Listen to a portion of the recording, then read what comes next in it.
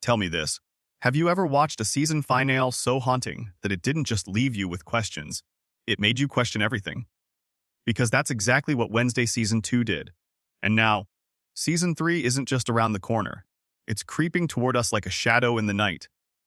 But here's the real mystery. The ending of Season 2 wasn't just shocking. It may have secretly rewritten the entire foundation of the show. Think about it. Agnes declares, Nevermore is Nevermore. But then whispers, see you next year? Wait, what? Is Nevermore Academy destroyed forever? Or is this just the setup for a darker rebirth? And if the school really is gone, then what does Wednesday Season 3 even look like without its gothic halls and secret tunnels? Doesn't that break the whole cycle of the show? Or does it unlock something even bigger? I'll be honest with you. I think Season 3 is going to be the most dangerous, the most twisted, and yes, the most personal chapter yet, because the villain isn't just a Hyde, or a cult, or even a monster from the shadows. No, this time, the villain might come from within the Addams family itself. Aunt Ophelia, the forgotten sister, the woman locked away for 15 years in the basement of her own mother's house. And she left behind a message so chilling it feels like a death sentence. Wednesday must die. But hold on. Before you panic, ask yourself this, is that really a threat, or is it a warning? Now, here's the problem nobody wants to talk about. Wednesday Season 2 gave us a timeline that makes absolutely no sense. One minute we're starting a new semester in August, and the next, we're closing the school year around November with Dia de los Muertos. No winter break, no spring term, just a few months of chaos, murder, and mayhem. And then, nothing.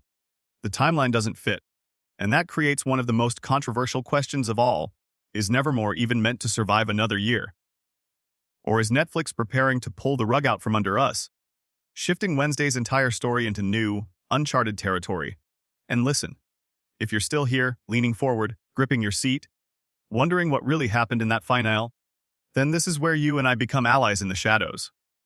Because I'm about to share the secrets, the forbidden knowledge, the theories that most people aren't ready to confront. But you're different. You're curious. You're daring. And if you really want to go deeper, if you want to uncover Wednesday Season 3's darkest truths before anyone else, then you absolutely must hit that subscribe button right now. Because trust me, you do not want to be the one left in the dark when this mystery unravels. Alright, let's dig into the secrets. Starting with Aunt Ophelia. Remember how Morticia spoke of her sister disappearing 15 years ago? The black tears, the visions, the breakdown that led to her being admitted to Willow Hill. Everyone assumed she vanished. But in the final moments of Season 2, we discovered the truth. Grandma Frump had locked her own daughter in the basement. Not for a year. Not for a season. But for 15 long years. Now tell me, why does a mother do that to her own child? Was it fear? Was it control? Or was Grandma Frump hiding something far bigger than we realize? Look at Olia's story closely and you'll see the cracks in reality itself. Just like Wednesday, she had psychic powers. But they were darker, more chaotic. And when her visions consumed her, she left messages on the basement walls, scribbles that weren't just madness but prophecy. The most terrifying of them all. Wednesday must die. But here's where the theory gets twisted. What if Ophelia isn't a villain at all? What if she's a broken prophet, screaming warnings no one understands? Imagine this, she foresaw Wednesday's fate, saw something coming so catastrophic that her only desperate message was to sacrifice Wednesday to save the rest. A warning, not a threat. And Grandma, knowing how dangerous those prophecies could be if they leaked, buried her daughter in silence. Forbidden knowledge, right? Almost too dark to admit out loud. But doesn't it make sense? Now, while we're unpacking that, let's loop back to the problem of Nevermore's missing principal. First we lost Weems. Then Vincent Dorr failed spectacularly to keep the school afloat. And now, Agnes says the academy is on the verge of closing. But here's the secret twist the showrunners let slip. Nevermore will have a new principal in Season 3. And it will be someone we already know. Someone fans wouldn't expect. So who is it? My theory, Morticia Addams. Think about it. She's already reintroduced into the narrative. She's connected deeply to Nevermore's history. She's respected. She's feared. She's powerful. And after learning that her sister Ophelia was locked away in her mother's basement, who else would step up to protect Wednesday from whatever's coming? Morticia, as principal, would be in the perfect position to shield her daughter and to face down her own family's dark secrets head-on. But that raises another question. What happens if Morticia and Ophelia clash? Sisters divided by prophecy, with Wednesday caught in the middle. That's not just drama. That's tragedy. That's Shakespearean. Now let me ask you something. If you had the chance to peek into the future, but what you saw was so horrifying that no one believed you, what would you do? Would you keep it to yourself? Would you warn the world? Or would you end up like Olia, locked away? Your screams painted across the walls for no one to see? Drop your answer in the comments. I'm curious how you'd handle the burden of forbidden visions. And here's another thought experiment for you. What if the message, Wednesday must die, isn't about death at all? What if it's symbolic? Maybe Wednesday must die in order for her darker self to be reborn.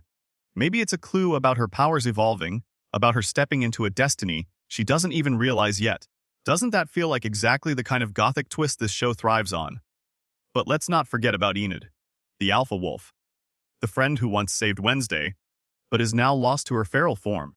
Season 3 sets up Wednesday's most dangerous mission, yet hunting down Enid before rival wolves do. But here's where it gets messy. If Wednesday saves her, she risks making Enid human again and possibly destroying her power. If she fails, she loses her best friend forever. And if she hesitates, Enid could turn against her. Which outcome do you think is more likely? Comment below. Would Wednesday sacrifice Enid's wolf side to bring back the friend she loves, or would she risk everything to keep Enid's alpha power alive? You see, this is why Wednesday Season 3 isn't just another continuation. It's the show entering forbidden territory. Family secrets, prophetic warnings, a school in ruins, and a heroine who might not survive the very destiny written for her. And if you think that's dark, oh, we're just getting started. Now, let's talk about the storyline that could break Wednesday's heart, and maybe break her humanity too. Enid Sinclair. Sweet, bubbly, rainbow-loving Enid, who once saved Wednesday's life with a werewolf transformation so epic it had fans cheering around the world. But in Season 3, Enid isn't the same girl. She's not just a wolf anymore. She's the alpha wolf, stuck in her feral form, hunted by rival packs who see her as a threat. And here's the nightmare. If Wednesday doesn't find her, Enid will be destroyed before she even has the chance to control her new powers. Picture it. Wednesday, the girl who mocks friendship, now forced to risk everything for the one friend who never gave up on her. Can you imagine the irony? The queen of deadpan sarcasm, sprinting through forests, hunting for her best friend like some tragic gothic fairy tale. And you know what makes it even darker?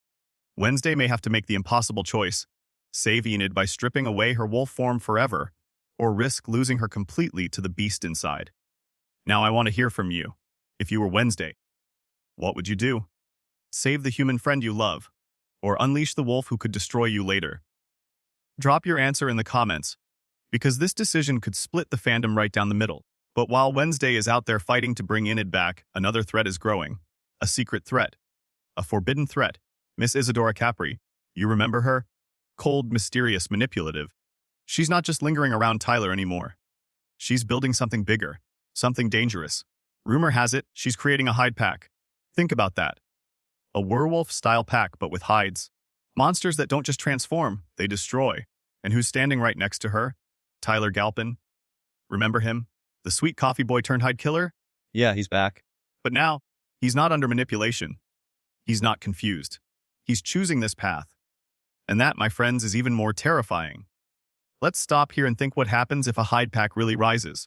One Hyde nearly destroyed Nevermore. What about 10, 20? An entire army led by Miss Capri and Tyler. The answer's simple. They won't just target Nevermore. They'll target Wednesday. And this is where the story loops back into Olia's prophecy. What if the reason Olia wrote, Wednesday must die, is because she foresaw Wednesday becoming the central figure in this war? What if the only way to stop the Hyde army is through Wednesday's sacrifice? Forbidden knowledge. And you heard it here first.